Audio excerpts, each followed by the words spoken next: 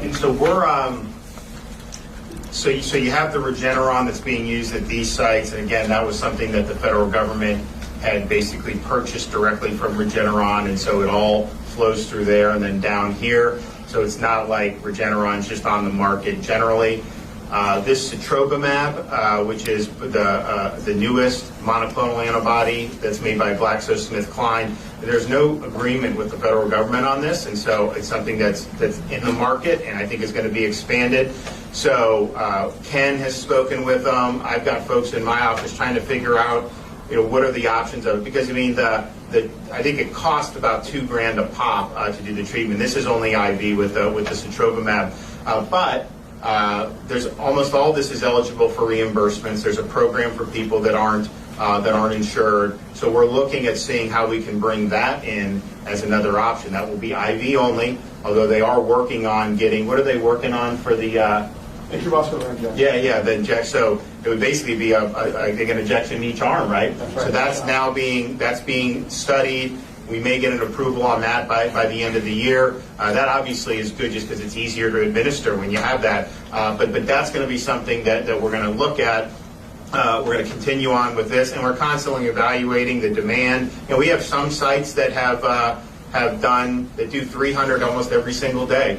We have others that don't do even 100, and so we want to figure out how that demand works. Obviously, as the prevalence goes down, there's going to be less of a demand for it. That's a good thing if people aren't getting infected in the first place. But we do foresee that this is going to be something that we're going to have to work on for the long haul. There's this. We have obviously a summer wave. We had one last year. We have one this year. And we're one of the southern states in the Pacific Northwest are really the only that have gotten full Delta waves so far. I think you're going to probably see that in other parts of the country, but we also look to see, our prevalence increase as we got into the winter. Not a spike like the summer, but it did go up. And so we just want people to understand that, as things start to go down, it doesn't mean the ball game is over. There's still going to be a need to have these tools available. We have now in Florida, I think 13 million people have been vaccinated. It's close to 85% of everyone over the age of 50 have been vaccinated. So and we're number one in the southeast region for that. And then we're clearly number one in the country for expanding access to the treatment aspect of this. And I think it's two sides of the same coin. You gotta focus on both. Even Pfizer, the CEO just came out recently, said we're actively Pfizer's working on an antiviral, because they said, the vaccines are important, but you're going to need to have treatment as well. And so I think more and more people are coming to the understanding of that. And so we're happy to be able to raise awareness, which I think is the most important thing, because had we not done these sites, if you had 100% awareness, more people would have gotten it anyways, because it is available in our health system, not to the extent that we've made it, but still.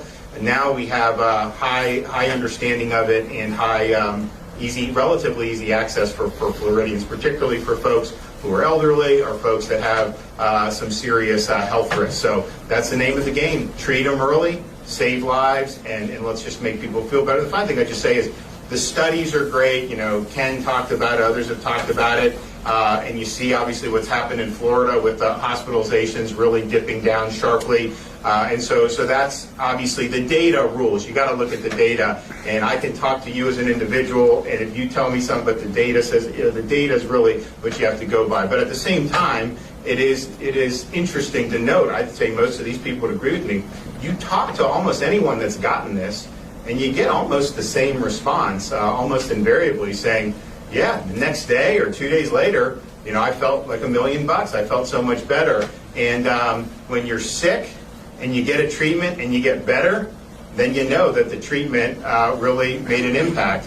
So I would just say that the stories that we've gotten have been very, very positive, and I think the satisfaction on having this as an option has been very, very good. So COVID is a treatable illness, and the early intervention, the early treatment through monoclonal antibodies can save lives and keep you out of the hospital.